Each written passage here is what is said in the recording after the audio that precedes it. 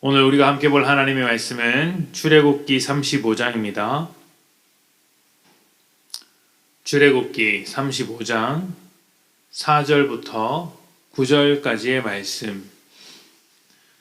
출애굽기 35장 4절부터 9절까지 말씀을 제가 봉독하겠습니다. 4절입니다. 모세가 이스라엘 자손의 온 회중에게 말하여 이르되 여호와께서 명령하신 일이 이러하니라.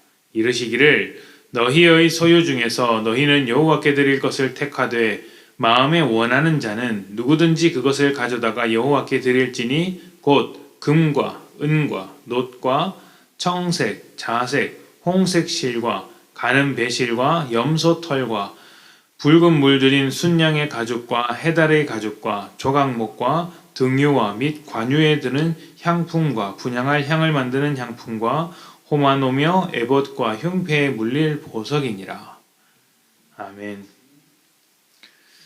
하나님께서 애굽에게 열 재앙을 내리시던 날 이스라엘은 노예 생활을 마치고 빠져나올 수 있었습니다. 이때 아주 짧게 스치듯이 나오는 장면 하나가 있습니다. 출애굽기 12장에 나오는데요. 이스라엘 자손들이 애굽 사람들에게 은과 금 그리고 각종 폐물과 의복을 요구하고 받아가는 장면입니다. 쉽게 지나갈 수 있는 짧은 장면이라고 할 수 있는데요. 사실은 생각해 볼 만한 내용이기도 합니다. 하나님은 광야를 지나는 동안 이스라엘 백성을 교육하실 것입니다. 그들을 구원하신 하나님은 새로운 약속을 맺으시고 그들 중에 거하실 것인데 그 백성들이 하나님을 잊지 않도록 성막을 만들게 하실 것이고 또 죄를 사할 수 있도록 성소를 만들게 하실 것입니다. 이런 장치들을 이스라엘 백성들에게 만들어 주실 계획을 이미 가지고 계신 것이죠.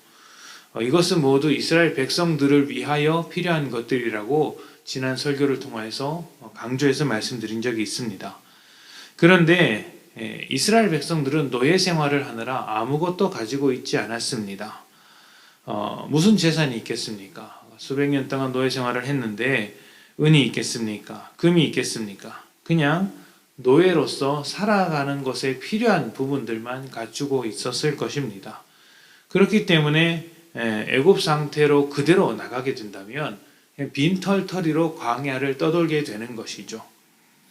이것을 너무 잘 알고 계시는 하나님은 애굽 백성으로 하여금 이스라엘에게 필요한 것들, 은과 금, 폐물, 예복, 의복 등을 모두 받아갈 수 있게끔 하셨습니다. 그리고 받아간 그것으로 성막을 만들게 하신 것이죠. 하나님이 주신 것으로 하나님께서 명하신 것을 만들었던 것입니다. 오늘 말씀에서 하나님께 드릴 것을 자원하는 마음으로 드리라고 합니다.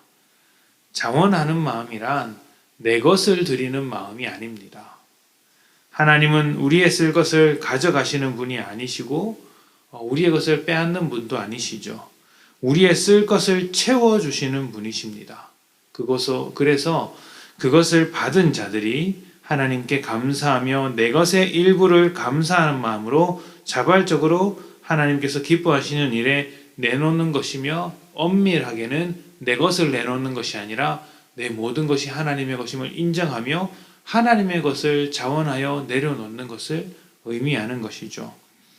이스라엘 백성은 애굽에서 가져온 은과 금을 금송아지 만드는 것에 사용할 수도 있었고 성막을 만드는 데 사용할 수도 있었습니다.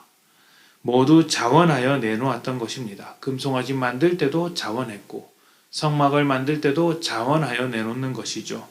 하지만 그 결과는 아주 달랐습니다. 우리가 가진 것을, 내게 주어진 것을 정말 내 것으로 사용하느냐, 하나님의 것으로 사용하느냐에 따라 많은 것이 달라질 것입니다. 우상을 만드는 데 사용할 수도 있고 하나님의 일을 위해 사용할 수도 있습니다.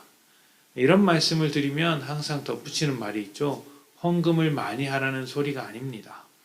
소비 생활을 하더라도 하나님의 손과 발이 되어 사용하시라는 것입니다.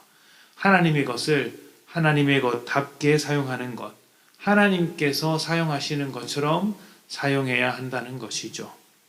자원하는 마음은 하나님을 알고 감사할 수 있는 사람만이 할 수 있습니다. 감사와 자원하는 마음은 같이 가는 것이죠.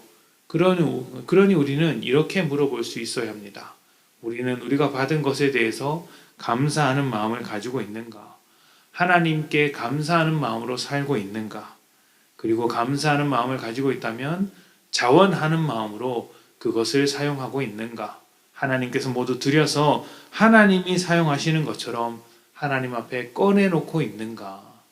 아니면 우상을 만들고 있는가? 생각해 보아야 하는 것이죠. 주인 되신 하나님은 항상 우리와 함께 하시며 우리의 삶을 책임지십니다.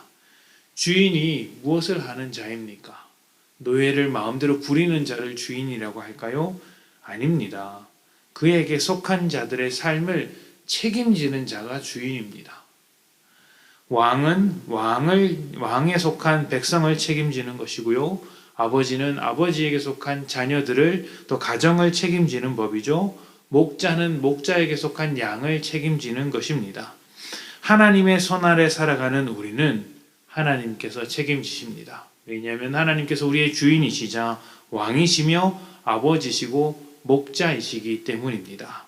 그렇기 때문에 우리를 책임지시는 하나님 앞에 서서 하나님으로부터 받은 것들을 우상을 만들기 위해 사용하지 마시고 하나님의 뜻을 이루기 위해 우리의 것을 사용하셨으면 좋겠습니다. 우리의 물질과 시간과 노력을 자원하여 기뻐하는 마음으로 하나님께 드리십시다. 하나님께서 사용하시듯이 사용하시는 것이죠. 그럴 때 하나님의 놀라운 은혜가 우리의 소비 생활 가운데, 우리의 물질 가운데, 우리의 헌신 가운데 나타나게 될 것입니다. 함께 기도합시다.